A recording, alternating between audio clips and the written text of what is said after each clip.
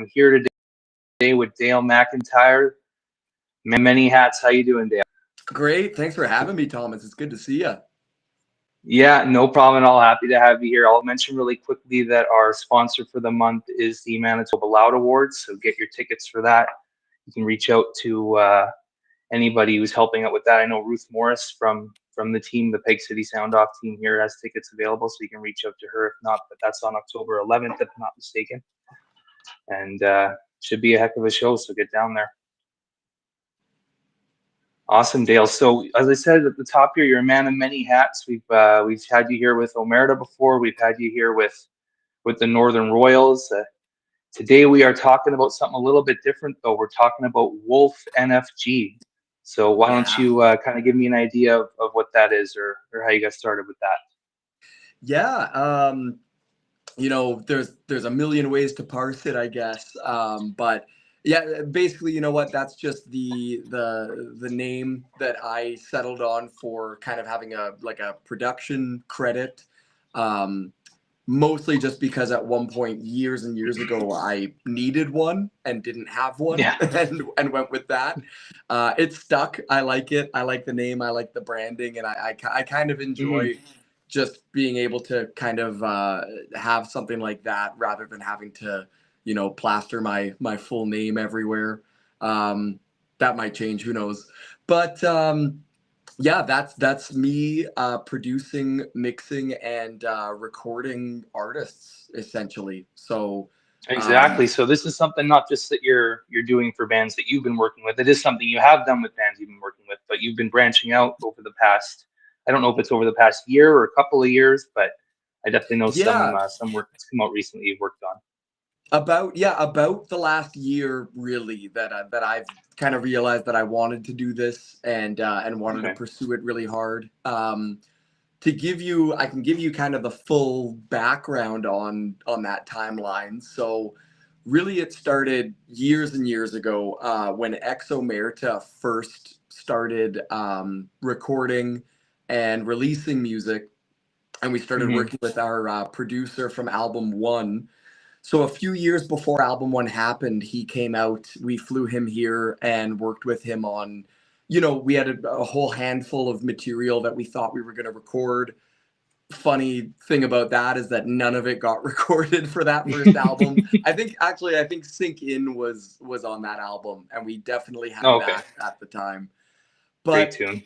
yeah, thank you. But just from sitting through that process and kind of realizing, like, to me, the way that the process of having a producer there with us felt was like, oh, I think this is what we've all been trying to do to our own music this whole time. So that was sort of the first kind of illuminating moment of like, oh, I think I really like this part of making music a lot. Um, Yeah. so, the pandemic hit. Obviously, we had like a live acoustic album that we'd recorded and filmed. It was all like this kind of one shot thing that we did. Um, Yeah. so we started sinking our teeth into, making it actually happen. So with that, anyways, the result of that was that by like November of 2020, I think everybody started to realize that this, public health emergency was a lot more serious than like a 2 week stay home type deal. So, For sure. anyways, Yeah. now we're into November. So I just went out and kind of got myself set up to be able to record like Exomerta music at home and remotely nonetheless, because I think at that time we couldn't get together or anything. One thing Yeah, and sort you're of a led. couple of years released from or removed, I should say, from your first album at that point, right? It came out in, is it 2019? Yeah, that was I think July 2019 was album Okay, one. yeah, So yeah, a year and a half later, we're just trying to put together a way that we can release tons of music without being able to get hmm, together, because we're also going, who knows how long this thing's gonna last for, this whole we can't see each other business. yeah, Um, so we were recording and writing remotely, basically, sending each other recordings and putting them together that way. Scott and myself sort of really both fell in love with this production and recording and mixing side of things at the same time. So we went back and forth. We did maybe 6 or so singles around that time where, Scott would do one, I would do one, and we'd kind of mix our own respective songs as we went. Um, and throughout doing that, I really cemented more and more of the realization that like I really enjoy doing this stuff. And so that ended up leading to some opportunities a couple of years ago with some other friends, Ledwin. They had Yeah, shout out to recorded, Ledwin. they had recorded their own singles way back then. And I was lucky enough that they let me do the mix on two of their singles from back in the day. Um, so then, of course, the long story short, that evolved into we re-recorded them. We recorded a whole EP together, and Yeah. that sort of, in a nutshell, brings us to today. Awesome. Wow, it sounds like quite a journey there. And for anyone who's just joining us or just tuning in, we're talking to Dale McIntyre about kind of things he's doing outside of whether it's guitar or I've seen you play covers or lead vocals. But this is something where you're working in the production, especially mixing albums for other artists, as you had said. You kind of mentioned earlier the producer of the first Exomerita album. I was going to ask you, who are some people that you kind of worked with while you were learning this process, or was it just you and Scott kind of doing a self-taught self-taught process, or who could be Yeah, accredited otherwise? for better or worse, it really was self-taught. Scott had a lot of background in using like Ableton Live as a digital audio workstation from his days with Bright Righteous, where that was involved in their stage show a lot. So he Hmm. actually taught me the ins and outs of really using the software. Um, Okay. and again, through another kind of for better or worse situation was that the time that I was really getting into this stuff, which was kind of 2021 really, was the height of the pandemic and nobody had anything to do except sit at home. And Yeah. I do not have the brain to learn how to make bread or how to make beer or how to brew my own wine or whatever. Yeah, I can only watch Whatever Tiger really King so cool, many times back then. yeah, whatever really cool, productive things other people were doing, I just didn't want to do. And, but that meant that I had all the time in the world to trial and error on my own at home and figure this thing out. Even right now, I'm in this small kind of second bedroom setup for my mix station here. And, even then, I've done all kinds of drum samples in here and guitar recordings and again, it's something that I love doing. So I just trial and error and figure out, hey, this album that I listen to all the time sounds really cool. I wonder how they Yeah. made, the acoustic guitar sound like it's the strings are spread across two speakers. So there's a whole day of experimenting right there to figure that out. I can imagine. Yeah, like how long can the process sometimes take? I imagine obviously it's going to be different song by song, album by album, but if you're dealing with something like a four or five, six, or sorry, 5 or 6 song EP, how long can that take sometimes when it's first brought to you? It depends on what the project is and the nature of it. You know what? The longest Yeah. taking things are the ones where it's your own art and your own creativity that goes into it. I Mm. mean, Exomerita, we recorded drums for our new album last June. And then on Monday of this week, we were actually just retracking the bass on 2 songs because, well, we just decided that it could be way cooler. So we redid it. Yeah. Um, whereas, um, I'll jump ahead a little bit here for a moment, but like a local band that I love working with a lot is Ash and the Arsonists. They Oh, have for a new sure. they have a new acoustic EP that I was fortunate to do the mix on, and the entire EP mix was one day, and then Okay. waiting a week on feedback and making some adjustments from there for sure. But Yeah. I mean, it was done in a day, And then currently I'm working on a rock opera for another client. I'm sure this is going to be a couple of weeks. This is a 10 Oh, song wow. rock opera album. Well, that's So cool. yeah, anyways, it really varies and it really depends what's involved. You know, it's nice Got like a Kiss the sometimes. Elder situation going on with the rock opera there. Oh yeah. It's nice sometimes to be the guy that just receives multi-tracks and Hmm. you're just putting the mix together. That's tons of fun for me, and something that song by song basis, probably a song a day kind of thing. But when somebody really wants your input and really wants your spin on things, Yeah, that's when it just gets really really fun for me. And yeah, those for are just, sure. again, the projects where the process can take a little bit longer, just because of the nature Yeah. of it. It sounds like a lot of your experience, because you do have a lot of stage experience, you have a lot of studio experience, kind of making your own product or your own song. So it sounds like that's really contributing as well to being able to make those suggestions, or even have Yep. people trust you to make those suggestions. Yep, totally. And you know what? Just lucky enough to be involved with other awesome musicians in Yeah. Exemerta and Northern Royals doing our original recordings, because, great songs, great musicians, and people that want to up the standard every time, and every take. So that's what I try to put into my own projects and my own productions is, what I can see Awesome. how much my own playing and my own writing has improved from people Yeah. like Evan, people like Scott, Kendra, everybody involved in both of those bands. Um, so that's the hope, is to try to, pass that inspiration on to the people that you work with. Absolutely. And you work with some great people. So that's a I'm good very setup there, lucky to definitely. to work with the people that I have. That's for sure.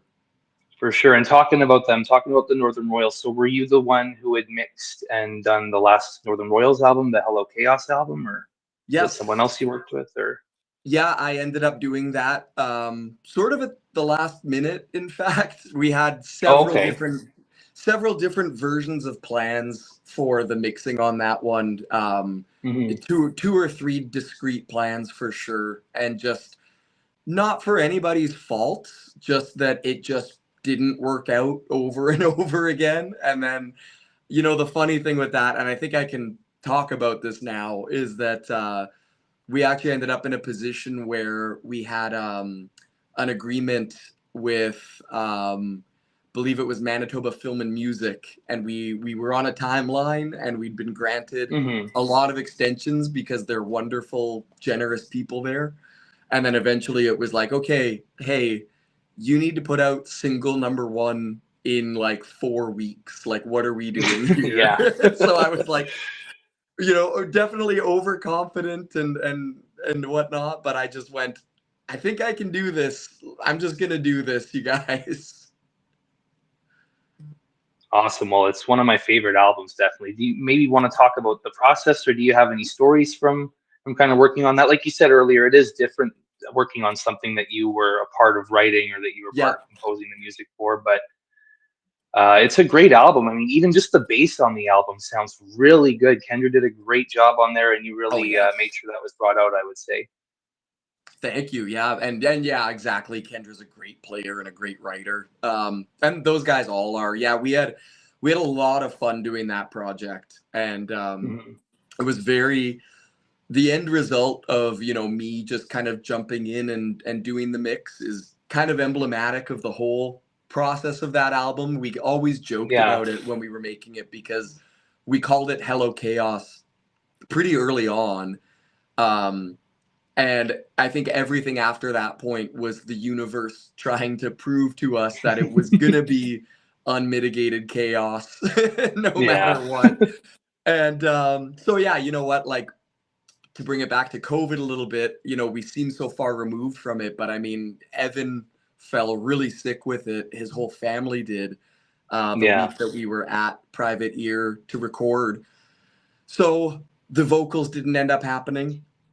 And then, a couple months go by, we have new plans. We're going back in the studio, and illness struck again. I can't remember on who, but we lost the opportunity again to get back in there. You know, they're a fantastic studio privateer, busy with some pretty big projects. So we kind of just took it upon ourselves to go, okay, well, you know, hey, Dale has recorded vocals before. Let's just get Dale to record the vocals. So we went out to Kendra's parents' place out in Arborg and just commandeered it Okay. for, I think, 5 days, because we just said, let's just do a song a day.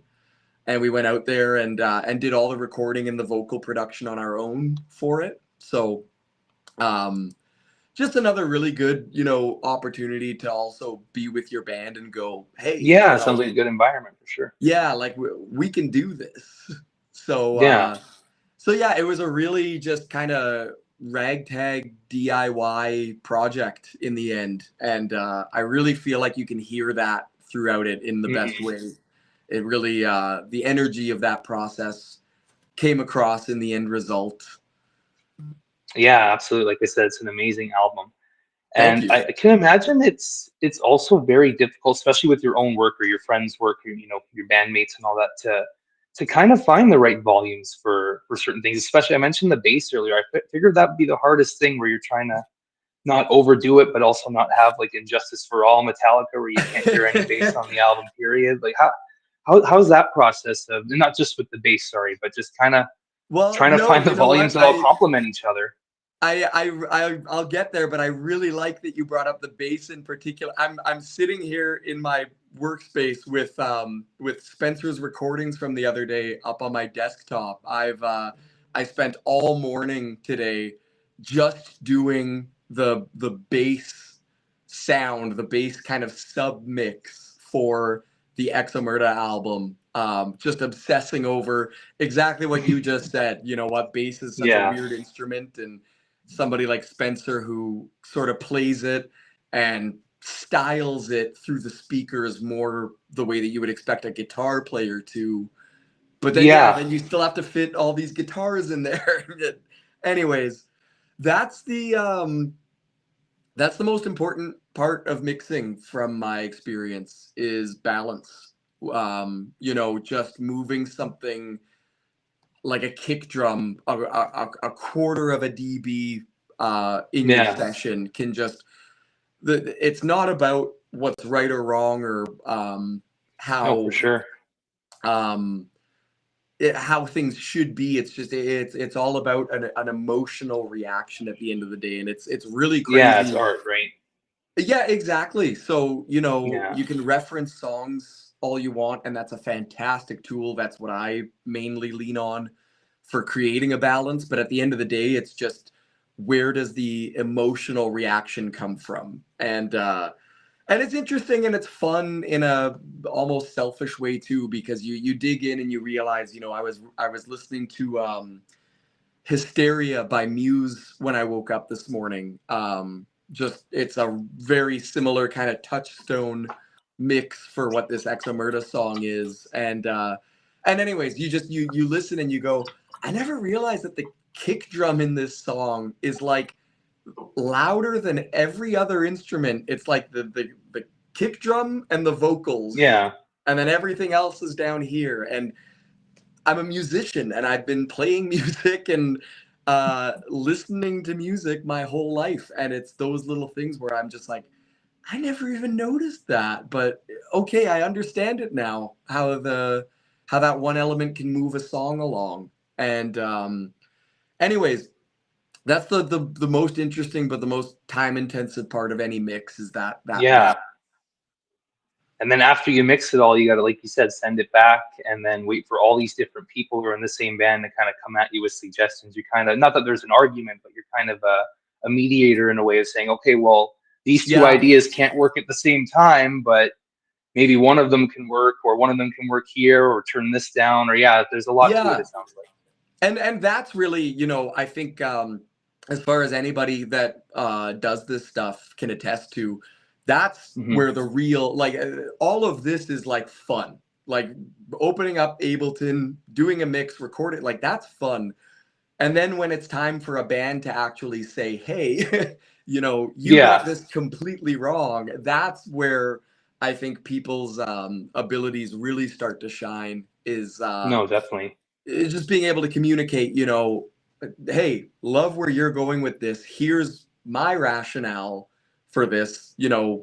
It's all digital, so here's both Yeah. versions, and let's have everybody take a listen and see what they think. That's the real challenge right there. Yeah, I can imagine definitely. And every band's going to be different. So, Yeah, yeah, so we mentioned Ledwin earlier. I did want to talk to you at least a little bit about some of the songs on the new album. Every Day, Mask of Sanity, Ghost of You, I believe. Amazing songs. They got this kind yeah. of old school, almost early 2000s rock feel. Mask of Sanity literally sounds like an old Nickelback song to me, like from the first couple of albums. Hell yeah. Every Day has default feels to me. How is it putting those together? Any cool stories from mixing those? Oh yes, that was. You know what? That was a blast to work on. Again, kind of speaking broadly to like how this all sort of works together. I mean, the most important thing that you can have if you're producing or mixing a project is great recordings of really great performances. Um, a lot of people think that the mix can really rescue a lot of things that it can't. Um, Ledwin was such a blast to work on because there was none of that. It was just great Yeah. performance after great performance. And you can hear it right there. I mean, those guys all rip. You know what? We were all at a party this past weekend and they took the stage and I heard every drummer in there say, "Oh man, I can't believe I have to go up and play after Thorin." So when Yeah. you're working with I've heard recordings like singers say that that, about Ledwin before too. yeah, when you're working with recordings from people like that, I mean, it's Hmm. gonna be fun, and so there was a lot of fun to be had there. We kind of took the same approach that a lot of the projects we talked about did, where we actually went out to Eric's parents' place and we recorded the vocals out there because we all just wanted that experience. It's a really fun way to Yeah, do a for sure. project, and Is this a house or like a cabin kind of area or? yeah, it's his parents' house out in Sandy Hook. Okay. Oddly enough, Oh, okay, nice. I'm kind of all over the place tonight. Right No, across the no street worries. from Spencer's parents, which was crazy because that was the cabin where we first worked with Exomerta's producer. So, I'm Oh, right wow. So next to this that's other really cool. building, all this kind of weird history of my musical journey in one place. Yeah, definitely. But the cool thing about doing stuff like that, the house literally made it on the album because if you listen to the title track, Mask of Sanity, the very outro, we have everybody in the band screaming the word bleed.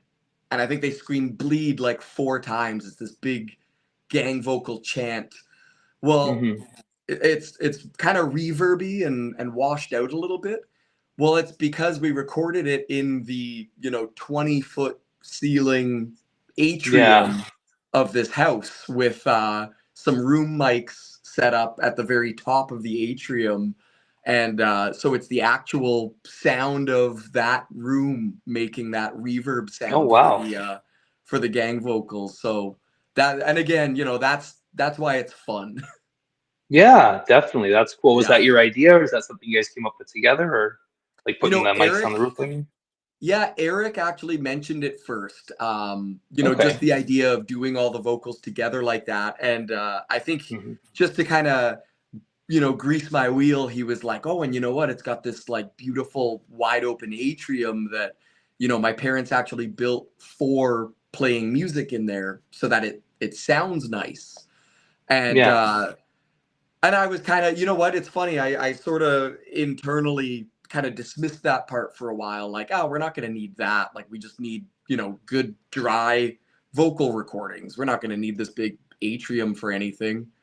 And sure enough, it's one of the coolest sounds we got on that album was, listening to Eric and going, yep, we should use this because it sounds really cool when you scream in here. Yeah, absolutely. And I think we got in the chat as well, Crystal Isfeld, so shout out there, She got to saying bear that was witness to really cool. all of that insanity.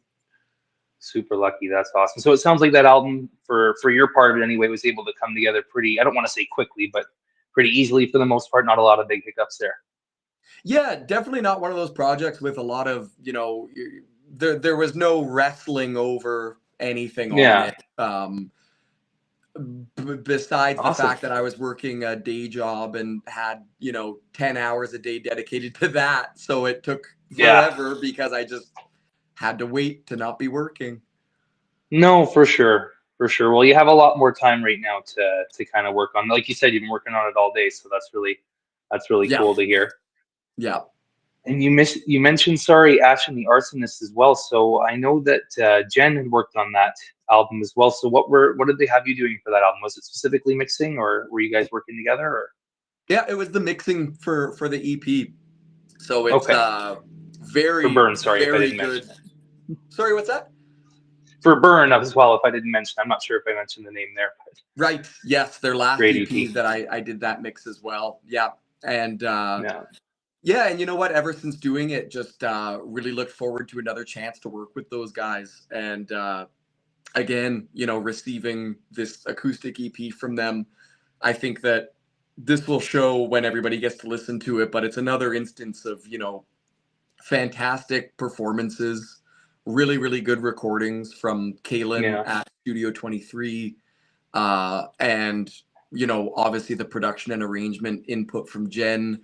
Everything came together really, really well on this one. So, very different project for those guys and for me, where I think we're all used to doing yeah. something a little more dense, a little heavier, but super refreshing and just an awesome listen. Awesome. Awesome. And with this one, you don't have to specifically say anybody's name or anything like that if you don't want to. But has anything come up where you've made kind of a major change to a song or a major suggestion? I know you mentioned to me before with the first Omerta album, I believe the song "Wait On" ended up being very different than its original It incarnation or idea. Has that come up with you with any other bands or? Not really with any other bands. Ledwin going in and kind of pre-producing their songs. Of course, stuff Yeah, changed definitely. pretty drastically at parts, but not overall. They just had great songs. Ex Omerta is where that continues to be the case. Okay. We have there's one single that we put out on Spotify years ago. I think it was the first song that I ever mixed. It's called "Along for the Ride." And I Oh, can great tune. remember, Great tune. One of my faves. thank you. I can remember Yeah. mixing that song, and I think I had a guitar in my hand at the same time because I was just ADHD, whatever.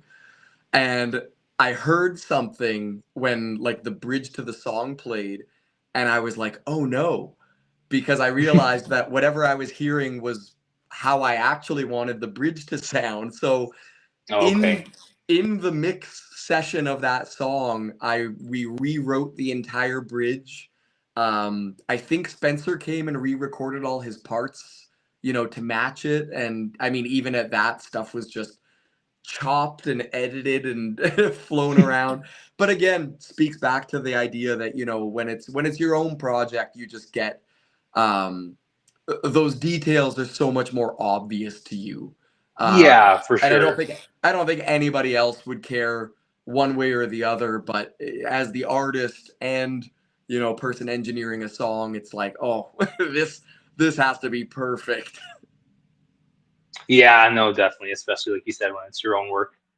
Yeah, No, for yeah. sure. Well, I mean, just because we're talking about them, is there anything big coming up for Omerta or any album or sorry, singles to be released? I know obviously you got the October 17th show that we have at the Tap House. Very excited for the after party after the Bomber game there. It's going to be a great time. Get your tickets or get down there Yep. on October Um, 17th. But yeah, anything coming up for Omerta?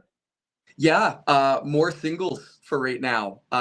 We were just on a call yesterday, actually putting together some loose ideas, so I don't want to paint myself into a corner with anything I say here. But we've That's got fair. at least a couple more singles in the Awesome. immediate-ish future, and we're super excited to do that. And then, in addition to any more singles that come out, we have a whole album that none of these songs are even on. So it's another 11 songs for everybody to discover once we finally figure out our plan with that. Awesome. Well, I think I said it last time, but I see maybe a deluxe album in the future or something like that, or maybe a double vinyl or something. Definitely going to have to do something special like that. Yeah. Awesome. Well, it's been great talking to you, Dale. I'm looking forward to hopefully having you back on before the October 17th show with Omerta. Last thing I'm going to ask you is, I mean, we kind of already have covered a lot of the bases, I think, but anything you want to say to someone who might see this later, or might be watching now, who's looking for somebody to do the production side or mixing, or what would you Yeah. say to Well, some bands that are looking for that? let's make some magic. You know what? Connect with me on social media. I'm on all of the apps.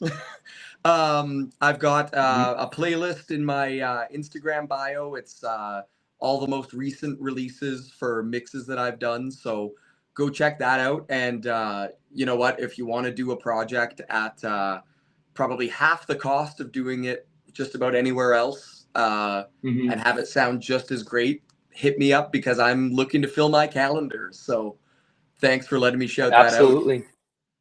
No, no problem at all. It sounds like I said, I'm happy to hear that you have more time to do it. You're really dedicated to it right now, and that's great to hear. And if we didn't mention it one more time, it's Wolf NFG on Facebook, on Instagram. You can obviously find him at Dale Mcintyre as well, but if you're looking for the production company specifically, Wolf NFG.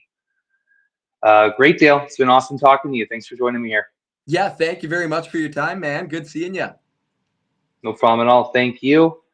And for anybody who has time on Sunday, get down there as well to oh my goodness, is it Side Stage? Now I'm blanking. For Joel's show there for Prairie Moon and Mountain Laurel there. Sorry, I believe it's Side Stage. We get down there Sunday, 3 p.m. matinee show. Hell yeah. Awesome. Thanks again.